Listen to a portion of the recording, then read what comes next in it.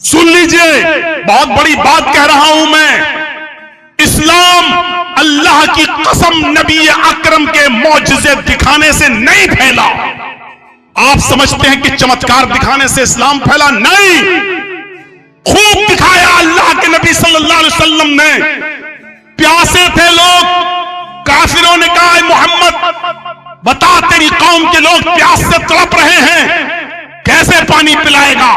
पानी हमारे पास है। नबी अकरम ने फरमाया बिस्मिल्लाह, और आपकी उंगलियों के पोर से पानी के चश्मा बहने लगता है, पानी टपकने लगता है। सारे सहाबा नबी अकरम सल्लल्लाहु अलैहि वसल्लम की उंगलियों से गिरने वाले पानी को पी रहे हैं, लेकिन नबी का ये मौजिजा देखने के बाद भी काफिर इस्लाम नहीं ला रहे हैं। वो नबी से जंग करने पर आमादा है, इस चमत्कार को देखने के बाद भी कोई इस्लाम नहीं ला रहा है। अबू जहल कह रहा है कि मोहम्मद बता दो कि मेरी उंगली में, मेरी मुट्ठी में क्या है, अगर बता दोगे तो हम इस्लाम ले आएंगे, ईमान ले आएंगे।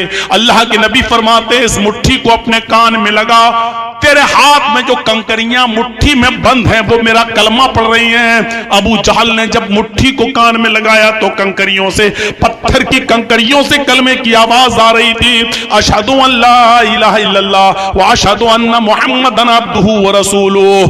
अबू जहल ने नबी अकरम का ये मौजज़ा देखा कि कंकरियां कलमा पढ़ रही हैं, लेकिन इसके बावजूद वो इस्लाम नहीं लाया। कौन कहता है कि चमत्कार देखने से इस्लाम फैला, मौजिज़ों से इस्लाम फैला? खंदक का मौका उठाओ, सहाबाए किराम भूखे हैं, अल्लाह के नबी भी पेट पे पत्थर बांधे हुए हैं। एक सहाबी ने कहा अल्लाह के नबी मेरे पेट पे पत्थर बंधा है, देखिए मुझे भूख की शिद्दत है, खंदक नहीं खोदी जा रही है, अब काम नहीं हो रहा है, कुछ मिल जाता, किसी के पास सत्तू हो, खजूर हो, एक घूंट दूध ही मिल जाए। अल्लाह के नबी अपना पेट खोल देते हैं और कहते हैं तुम एक पत्थर बांधे हो, जरा मेरे पेट का हाल देखो। आपने जब अपना कपड़ा उठाया तो 2 पत्थर बंधे हुए थे कि देखो मैं तुमसे ज्यादा भूखा हूं, ये मत समझो कि मैं खुद खा पी कर आया हूं और तुम्हें भूखा काम करने पर मजबूर कर रहा हूं। ये हालत जब हजरत अब्दुल्लाह इब्न जाबिर ने देखी तो सीधे घर चले जाते हैं और कहते बीवी आज ये कंडीशन देखी है। फरमाया एक ही बकरी है, जल्दी से ज़िबा कर दिया। फरमाया कि जाओ और अल्लाह के नबी के कान में कह देना आप अपने साथ 5-6 लोगों को लेकर चले। बकरी का छोटा सा बच्चा ज़िबा किया है। देखो खंदक खोदने वाले 300 साहबा हैं, अगर सबको लाओगे तो देखो घर में बेइज्जती हो जाएगी। सिर्फ चंद लोगों को, यानी नबी अकरम अपने साथ खास लोगों को, 5-6 लोगों को ले आए। अल्लाह के नबी सल्लल्लाहु अलैहि वसल्लम के पास हजरत जाबिर आते हैं, अब्दुल्लाह इब्न जाबिर, और कहते हैं, जाबिर इब्न अब्दुल्लाह आते हैं और कहते हैं कि अल्लाह के नबी हमने अभी बकरी का एक छोटा सा बच्चा ज़िबा कर दिया है, हमारी बीवी ने कहा है 4-5 आदमी जो आपके पास हो आप उनको लेके चलिए और घर में हम खाना खा लेते हैं। अल्लाह के नबी के कान में कहा जा रहा है 4-5 लोगों को लेके चलिए, लेकिन अल्लाह के नबी फरमाते हैं आए खंदक वालो इधर आओ, इधर आओ, हजरत जाबिर ने तुम्हारी दावत की है। जाबिर रज़ी अल्लाह ताला अन्हु की सिटी गुम हो जाती है, ये क्या कह रहे हैं? अल्लाह के नबी हम तो 4-5 लोगों की बात कर रहे हैं और आप 300 आदमियों को दावत।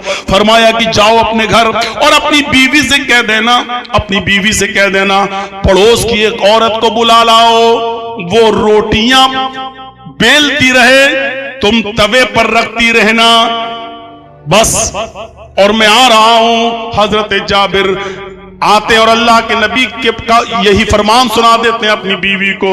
बीवी कहती है अल्लाह तुम्हें गारत करे। ये उस जमाने में एक जुमला चलता था, सगिलत का सवागिल, खोने वाली तुझे खो दे, यानी तेरी माँ तुझ पर रोए, यानी तू मर जा। अरे जाबिर पकाना तो मुझे है, रोटी तो मुझे बनाना, सालन तो मुझे बनाना है, खाना तो हमें तैयार करना है, और आप 300 आदमियों को लेके आ रहे हैं, एक छोटा सा बकरी का बच्चा है, क्या होगा? फरमाया आए मेरी बीवी मुझे बद्दुआ मत दे। अल्लाह के रसूल को मैंने 5-6 लोगों को कहा था, लेकिन नबी अकरम ने अनसुनी कर दी। 300 आदमियों को लेके आ रहे हैं। अब जैसा उन्होंने कहा वैसा कर। अल्लाह के नबी सल्लल्लाहु अलैहि वसल्लम घर में तशरीफ लाते हैं। हजरत जाबिर इब्न अब्दुल्लाह की बीवी से कहते हैं तुम पर्दे में चली जाओ।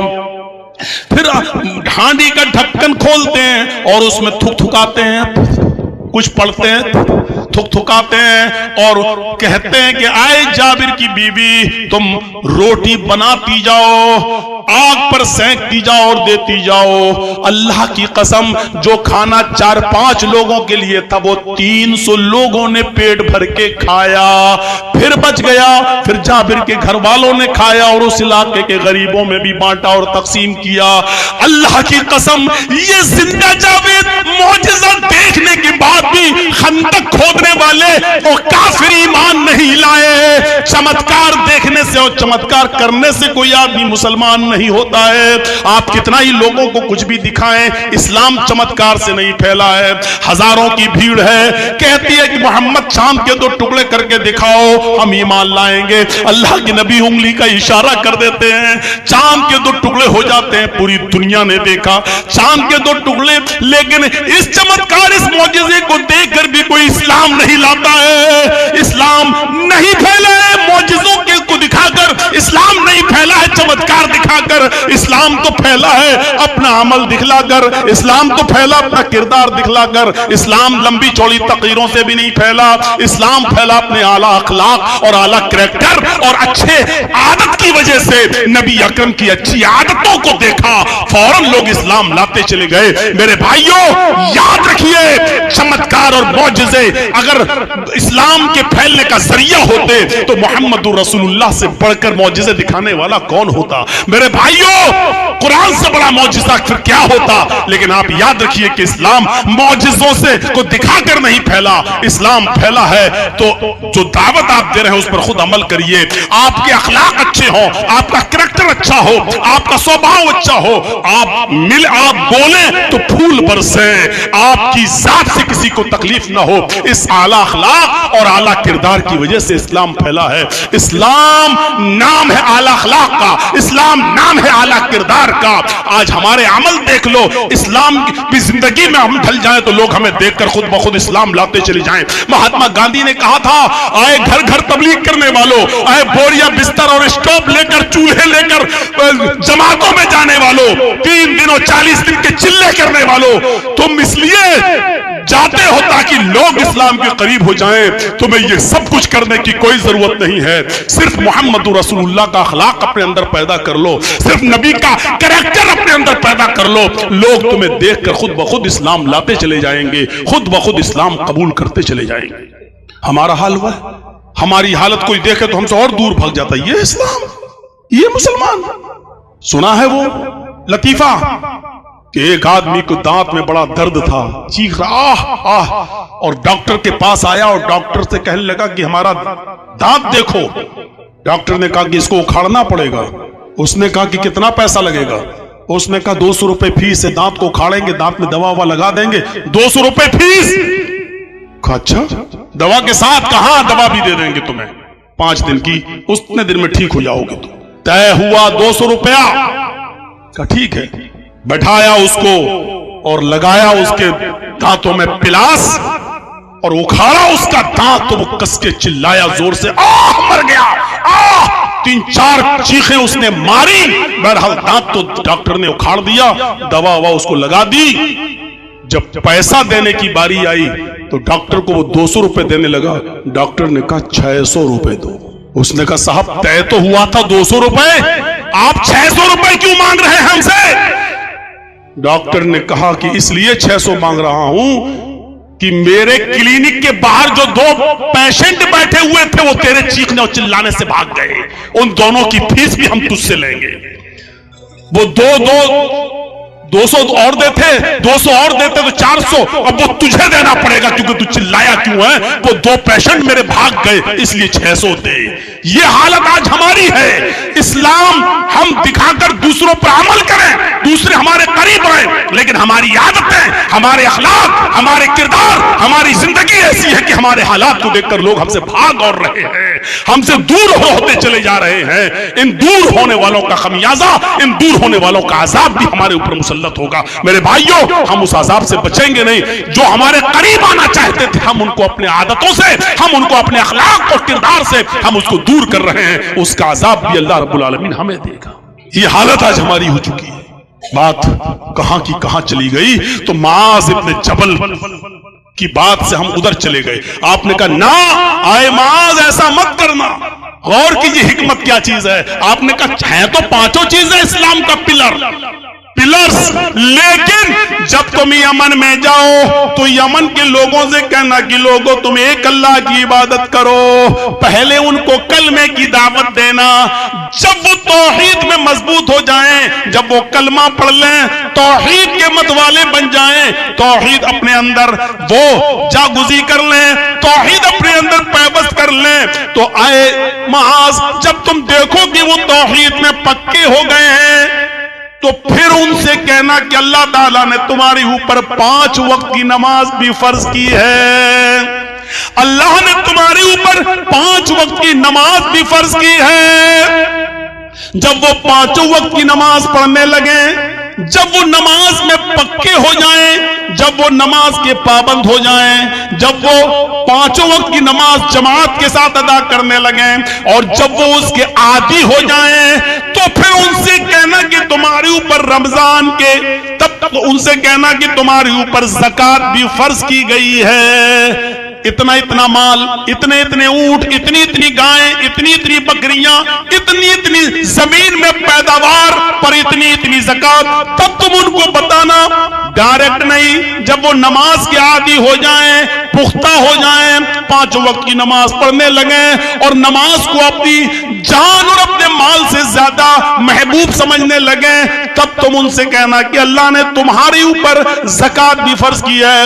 جب وہ اپنے مال کی پوری زکوٰۃ بھی دینے لگیں اور وہ اپنے مال کو اللہ کی راہ میں بے دریا خرچ کرنے میں کہ ماہر ہو جائیں, ایکسپرٹ ہو جائیں, عادی ہو جائیں, تب تم ان سے کہنا کہ اللہ نے تمہارے اوپر رمضان کے 1 مہینے کے روزے بھی فرض کیے ہیں.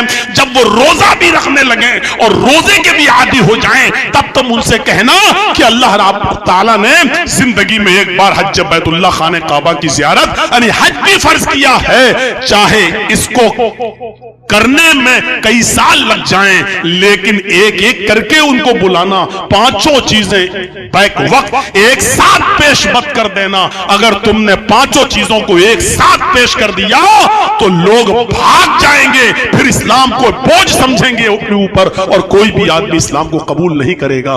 دیکھیے کتنی حکمت بھری بات بتائی تھی اللہ کے نبی نے, ایک ایک کر کے بلاؤ, ایک ایک کر کے بلاؤ, ایک ایک کر کے بلاؤ. ہوشیاری, دانائی ہم نے چھوڑ دی ہے, عقل مندی ہم نے چھوڑ دی ہے. جہاں نیکی کی طرف ہمیں بلانا ہے ہوشیاری سے اور عقل مندی سے, ایک چیز بتاؤں آپ کو, وہیں لوگوں کو برائیوں سے بھی روکنا ہے بڑی عقل مندی سے اور دانش مندی سے. بیک وقت نہیں روک سکتے ہیں آپ. کتنی بار بول چکا ہوں, جو باراتوں کا سسٹم ہے اور اتنے اتنے لوگ باراتی بن کے جاتے ہیں, آپ روک دیں گے, بیک وقت نہیں روک پائیں گے. اور پھر ایک بارات میں 50 قسم کی خرافات آپ روک دیں گے, نہیں روک پائیں گے. برائیوں کو بھی روکنے میں بڑی حکمت ہونی چاہیے. اور اس کا ایک واقعہ آپ کو سنا دوں, سنا ہوگا آپ نے, لیکن میں سناتا ہوں, ذرا سنیے. اللہ کے نبی کے پاس ایک شخص آتا ہے, اللہ کے رسول کے پاس ایک شخص, اور آ کر کہتا ہے کہ اللہ کے نبی مجھے زنا کی اجازت دیجیے. اس چیز کو سمجھنے کی کوشش کریے آپ. اجازت کس کی مانگ رہا ہے؟ زنا کی. اور مانگ کس سے رہا ہے؟ محمد الرسول اللہ صلی اللہ علیہ وسلم سے. 2 چیزیں سمجھ لیجئے, پوری تقریر سمجھ میں آ جائے گی. اجازت کس کی مانگ رہا ہے؟ زنا کی. اور مانگ کس سے رہا ہے؟ نبی اکرم سے. اجازت کس چیز کی مانگ رہا ہے؟ جو سب سے گندا کام. اور اجازت کس سے مانگ رہا ہے؟ جو کائنات کی سب سے محبوب اور پیاری ہستی. دونوں چیزوں کو دیکھیے آپ. سب سے گندا کام زنا, اور زنا کی پرمیشن کس سے مانگ رہا ہے؟ جو کائنات کی دنیا کی سب سے زیادہ محبوب اور پیاری ہستی. اللہ کے رسول مجھے اجازت دی. مسلمان ہے, صحابی ہے, اسلام لایا, نبی کو دیکھا تو صحابی ہو ہی گیا. صحابی ہے, نبی سے اسلام لایا, لیکن نیا نیا ہے, نیا نیا ہے. اے اللہ کے رسول اجازت دیجئے مجھے. کس بات کی؟ مجھے زنا کرنا ہے. دوسرے صحابہ کر ہٹ ہٹ, بھائی زنا کی اجازت کوئی بھی مانگے؟ یہاں تو کوئی بیڑی پیتے آ رہا ہے, مولانا جرجی اس کو دیکھ رہا ہوں. ادب, احترام, ٹھیک ہے. सोचिए कि वो कैसी कौम थी जो जिना की इजाजत मांग रही है, और किस कौम को सुधारने के लिए मोहम्मद रसूलुल्लाह को भेजा गया, जो ये भी नहीं जान पा रही है कि जिना की इजाजत अब किससे मांग रहे हैं। सोचो कैसे लोग रहे होंगे वो। और समझाने वाला साहबा कर रहे चुप, एक तो डांट रहे हैं चुप। अल्लाह के नबी सल्लल्लाहु अलैहि वसल्लम के अल्फाज देखो, आपने सहाबा से कहा नहीं डांटो नहीं, आप भी कह सकते थे चुप चुप चुप बदतमीज, कैसी इजाजत मांग रहा। आप कुछ भी कह सकते थे, आप नबी थे, नबी का मकाम बड़ा था, आप डांट सकते थे साहबी को, लेकिन आपने नहीं डांटा। आपने साहबा से कहा नहीं, और जो जिना की इजाजत मांग रहा था उससे क्या कहा, उदनु मिन्नी, मेरे करीब आओ और पास आ जाओ मुझसे, करीब बिठा दिया। सहाबा बैठे हैं और जो जिना की परमिशन मांग रहा था उसको अपने करीब कर लिया। मस्जिद है, अल्लाह का घर है, अल्लाह के घर में जिना की परमिशन मांग रहा है एक सहाबी, और अल्लाह के रसूल उसको, सहाबा घूर रहे हैं, सहाबा बुरी नजरों से देख रहे हैं। ऐसा लग रहा है जैसे सहाबा पर कयामत फट पड़ी, जमीन फट पड़ी और सहाबा धंस जाए। ऐसा लग रहा था कि कितने गंदे काम की इजाजत किससे मांग रहा है। सहाबा को ऐसा महसूस हो रहा है, और ये मोहम्मद रसूलुल्लाह के पास बैठा, आपने कहता रहा और अल्लाह के रसूल उसको करीब कर रहे हैं, मस्जिद में भी है और नबी के करीब भी है। आपने कहा अब बोलो, क्या बोलते हो? अल्लाह के नबी वो जिना करेंगे, कोई है? ओ इंतजाम सब है मेरे पास, बस परमिशन दे दो। आपने कहा ठीक है। ओहो, अंदाज देखिए। आपने कहा भला क्यों नहीं, भला मैं तुम्हें इस काम से कैसे रोक दूं? तुम मुझसे परमिशन मांग रहे हो, मैं तुम्हें कैसे खाली हाथ जाने दूं, कैसे तुम्हें रोक दूं? लेकिन मेरे जाने से, तुम जिना के लिए जाने से पहले मेरे 2-3 सवालों के जवाब दे दो। अंदाज देखिए, जो काम तुम उस लड़की के साथ करना चाहते हो, क्या वो काम तुम अपनी मां के साथ करने के लिए तैयार हो? जो चीज उस लड़की के, उस औरत के पास है, वो चीज तुम्हारी मां के पास भी है। क्या तुम अपनी मां के साथ जिना करना पसंद करोगे? इतना सुनना था, तन बदन में आग लगी। कौन सा शरीफ इंसान होगा जो अपनी मां के बारे में ये तसव्वुर कर ले? लेकिन तन बदन में आग लगने के बाद भी वो नबी अकरम से कुछ नहीं कह सकता था, क्योंकि आप ये नहीं कह रहे हैं कि अपनी मां के साथ जिना करो, बल्कि आप ये कह रहे हैं कि आप तुम अपनी मां के साथ जिना करना पसंद करोगे। क्या तुम्हें अच्छा लगेगा? उस नौजवान ने कहा फिदा का बी व उम्मी या रसूल अल्लाह, आए मोहम्मद सल्लल्लाहु अलैहि वसल्लम, मेरे माँ बाप आप पर कुर्बान, नए अल्लाह के नबी, मेरी माँ मेरे बाप आप पर सदके जाएं, आप पर कुर्बान जाएं। ऐसा कौन सा शरीफ इंसान होगा जो अपनी माँ के साथ जिना करेगा? आपने कहा शराफत को कौन तार तार कर सकता है?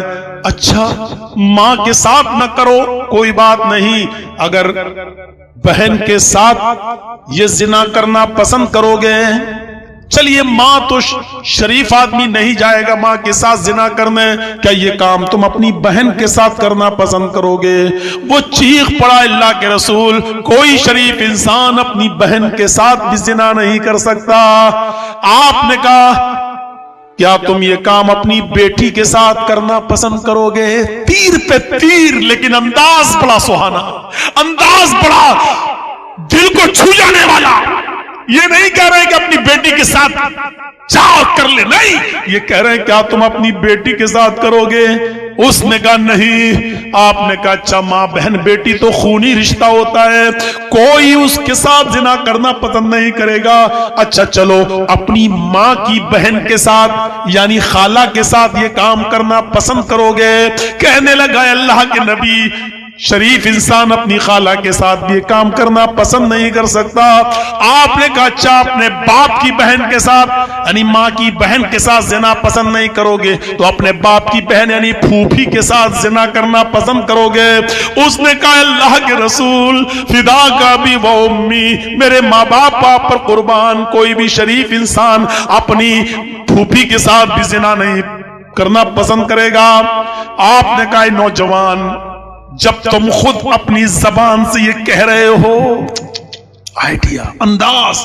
جب تم اپنی زبان سے خود اس بات کو قبول کر رہے ہو کہ اس کی تم اپنی ماں کے ساتھ، اپنی بہن کے ساتھ، اپنی بیٹی کے ساتھ، اپنی پھوپھی کے ساتھ، اپنی خالہ کے ساتھ یہ پسند نہیں کر سکتے، کہا نہیں. اچھا یہ بتاؤ تم اپنے لیے پسند نہیں کر رہے ہو، اگر کوئی دوسرا تمہاری ماں کے ساتھ زنا کرے تو پسند کرو گے؟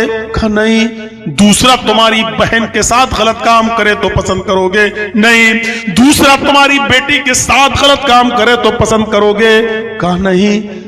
دوسرا خالہ کے ساتھ، پھوپھی کے ساتھ غلط کام کرنا چاہے تو پسند کرو گے؟ کہا نہیں. فرمایا پھر تم جس لڑکی کے ساتھ زنا کی پرمیشن مانگ رہے ہو وہ بھی تو کسی کی ماں ہوگی، کسی کی بہن ہوگی، کسی کی بیٹی ہوگی، کسی کی پھوپھی ہوگی، کسی کی چچی ہوگی، کسی کی خالہ ہوگی. پھر اس کو اگر پتا چلے گا کہ تم نے ایسا کیا ہے تو وہ کیسے پسند کرے گا کہ ہماری بہن کے ساتھ جس نے منہ کالا کیا وہ اس دنیا میں زندہ رہے؟ وہ کیسے پسند کرے گا جس طرح تم نہیں چاہتے ہو کہ میری ماں، میری بہن، میری بیٹی، میری خالہ اور میری پھوپھی کے ساتھ کوئی غلط کام کرے، تو دوسرا کیسے گوارا کرے گا کہ تم کسی کی ماں، بہن، بیٹی کے ساتھ غلط کام کرو؟ انداز اچھا تھا، دل کو چھو جانے والا تھا. اب بتاؤ تمہارا کیا ارادہ ہے؟ اس نوجوان نے اپنا سر آگے بڑھا دیا اور کہا اللہ کے رسول میرے سر پر ہاتھ پھیر دیجئے اور میرے لیے اللہ سے دعا کر دیجئے کہ اللہ مجھے اس زنا کی بدترین برائی سے بچا لے، مجھے محفوظ فرمائے. اللہ کے نبی صلی اللہ علیہ وسلم نے اس کے سر پر ہاتھ رکھا، اللہ کے نبی صلی اللہ علیہ وسلم نے اس کے سر پر ہاتھ رکھا اور فرمایا اے اللہ اس نوجوان کی نظروں کی حفاظت فرما، آئے اللہ اس نوجوان کو زنا جیسے بدترین جرم سے اس کی حفاظت فرما لے، اس کو بچا لے. اس نوجوان کا بیان ہے، اس نوجوان کا بیان ہے، سنن بیہقی کے الفاظ ہیں، اس نوجوان کا بیان ہے کہ اللہ کے نبی صلی اللہ علیہ وسلم نے میرے لیے یہ دعا کی تھی کہ اللہ اس نوجوان کو زنا سے محفوظ فرما، اس کو اس بدترین برائی سے بچا لے.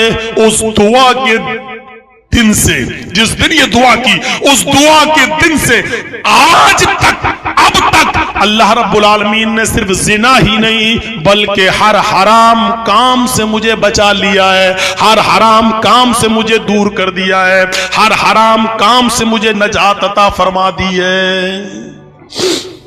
نبی اکرم کی دعا کا یہ اثر ہوا.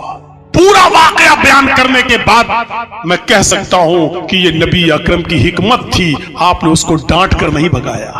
آپ چاہتے تو اس برائی سے روکنے کے لیے کہہ سکتے تھے چپ، شرم نہیں آتی؟ کتنا برا کام تم کرنے کے لیے اس سے پرمیشن لینے آئے ہو. اور ہم لوگوں کے انداز میں کیا تیرے گھر میں ماں بہن نہیں ہے؟ ہم کہہ سکتے تھے کسی کو بھی، لیکن محمد رسول اللہ نے اس کو کس انداز سے سمجھایا، ذرا تصور کیجئے کہ اس کے دل میں کیسے بات بیٹھ گئی. اس لیے میں نے کہا کہ نیکیوں کا حکم تو ہوشیاری سے، لیکن جب برائیوں سے کسی کو روکنا پڑے تو اس میں بھی دور اندیشی، اس میں بھی حکمت ہونی چاہیے. ہمارا سخت لہجہ کسی کو برائی سے روکنے کے بجائے اس کو اور برائی کرنے پر مجبور کر سکتا ہے. کبھی آپ نے دیکھا ہوگا برائیاں جب کرتے اچھا کسی کو ڈانٹا اب وہ اور ضد میں آ کے کرے گا، نہیں اب تو ہم اور کریں گے. کبھی آپ نے دیکھا ہوگا غصے میں آدمی پھر اس کام کو اور زیادہ کرنے کی کوشش کرتا ہے، اور زیادہ کوشش کرتا ہے. اللہ کے رسول کا معاملہ تو اپنے گھر میں اپنے بچوں کے ساتھ بھی بڑا عجیب رہا. ام سلمہ جب اللہ کے رسول کے ساتھ نکاح میں آئیں تو ام سلمہ کا ایک بیٹا دوسرے شوہر سے تھا جس کا انتقال ہو چکا تھا، اور اس انتقال کے بعد اللہ کے نبی نے ام سلمہ سے نکاح کیا. تو ام سلمہ پہلے شوہر سے جو بچہ تھا بیٹا اس کو بھی اپنے ساتھ لے آئی تھی، اور جب اللہ کے رسول کے نکاح میں آئیں تو ظاہر ہے کہ اس بچے کو ام سلمہ اپنے پاس رکھتی تھی. اب وہ نبی کا بھی بیٹا ہو گیا، اگرچہ نبی اس کے باپ نہیں ہے لیکن ماں تو اس کی ام سلمہ ہے، تو نبی ہی اس بچے کو پالیں گے اور پوسیں گے، کیونکہ ایک عورت شادی کے بعد اپنے اسی ہسبینڈ کے ساتھ رہے گی جس کے ساتھ اس نے نکاح کیا ہے، اور اس بچے کو وہی پالے گا جس نے اس کی ماں کے ساتھ نکاح کیا ہے. اللہ کے نبی صلی اللہ علیہ وسلم، وہ بچہ چونکہ دیہاتی ماحول سے آیا تھا اس لیے کھانے پینے کا طریقہ نہیں جانتا تھا. 7-8 سال کی گویا کی عمر رہی ہوگی. وہ کھانا کھانے کے لیے بیٹھا تو بیٹھنے کا طریقہ بھی صحیح نہیں تھا. جب کھانا سامنے آیا تو اس نے پورا کا پورا ہاتھ بیچوں بیچ تھالی میں ڈال دیا اور اٹھا کر اس طرح منہ بھرنے لگا. ایسا اللہ کے نبی صلی اللہ علیہ وسلم نے فوراً اس کے ہاتھ کو پکڑا اور کہا بیٹے کھانا رکھو. اس کے ہاتھ میں جو تھا اس نے تھالی میں اسی پلیٹ میں رکھ دیا.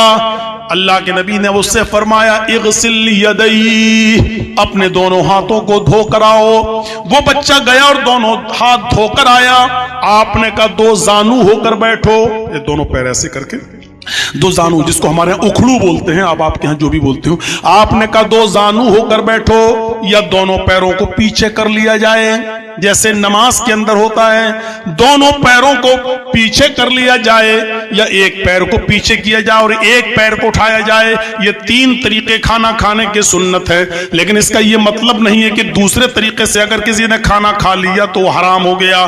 ایسا نہیں ہے میرے بھائیوں. آج کل ٹیبل اور میز کا زمانہ ہے. اگر کوئی ٹیبل اور میز پہ کھانا کھانا چاہے تو یہ گناہ نہیں ہے، کھا سکتا ہے آدمی، جائز ہے، گناہ نہیں ہے. لیکن یہ سنت بھی نہیں ہے. سنت یہ ہے کہ دونوں پیروں کو کھڑا کر کے کھاؤ یا دونوں پیروں کو پیچھے کر کے 2 زانو ہو کر بیٹھ جاؤ، یعنی جیسے نماز میں بیٹھا جاتا ہے، یا پھر ایک پیر کو پیچھے کر لیا جائے اور دوسرے پیر کو اٹھا دیا جائے. یہ 3 طریقے کھانا کھانے کے، یہ سنت ہے. لیکن اگر کوئی آدمی پلتی مار کے کھانا چاہے تو کھا سکتا ہے، لیکن سنت کا ثواب اس کو نہیں ملے گا.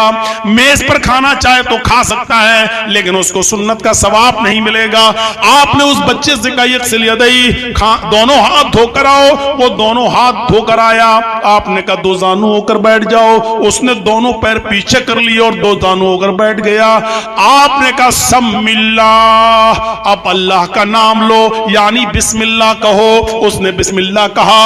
اب اللہ کے نبی نے فرمایا اپنی طرف سے کھاؤ. کل بھی یمینک، اپنے سامنے داہنی طرف جہاں تم بیٹھے ہو اپنے پاس اپنی سائیڈ سے کھاؤ. پورے تھالی میں ہاتھ پیر مت مارو. جب ایک تھالی میں سب لوگ کھاتے ہیں نا، ہم لوگ یہاں سسٹم بڑا عجیب ہے. لوگ دیکھتے رہتے ہیں کہ اچھا مال کس طرف ہے تو اس طرف ہاتھ بڑھا دیتے ہیں. یہ لیگ پیس کہاں رکھا ہے، ادھر چاپ کہاں رکھی ہے، ادھر ہے. تو یہ طریقہ غلط. اگر ایک تھالی میں آپ کھا رہے ہیں تو آپ اپنی طرف سے کھائیے. وہ آپ کی قسمت ہے کہ آپ کو لیگ پیس مل رہا ہے یا نہیں مل رہا ہے. اپنی طرف سے سب، ہر آدمی کو اپنے اپنے سائیڈ سے اور اپنی اپنی طرف سے کھانا چاہیے.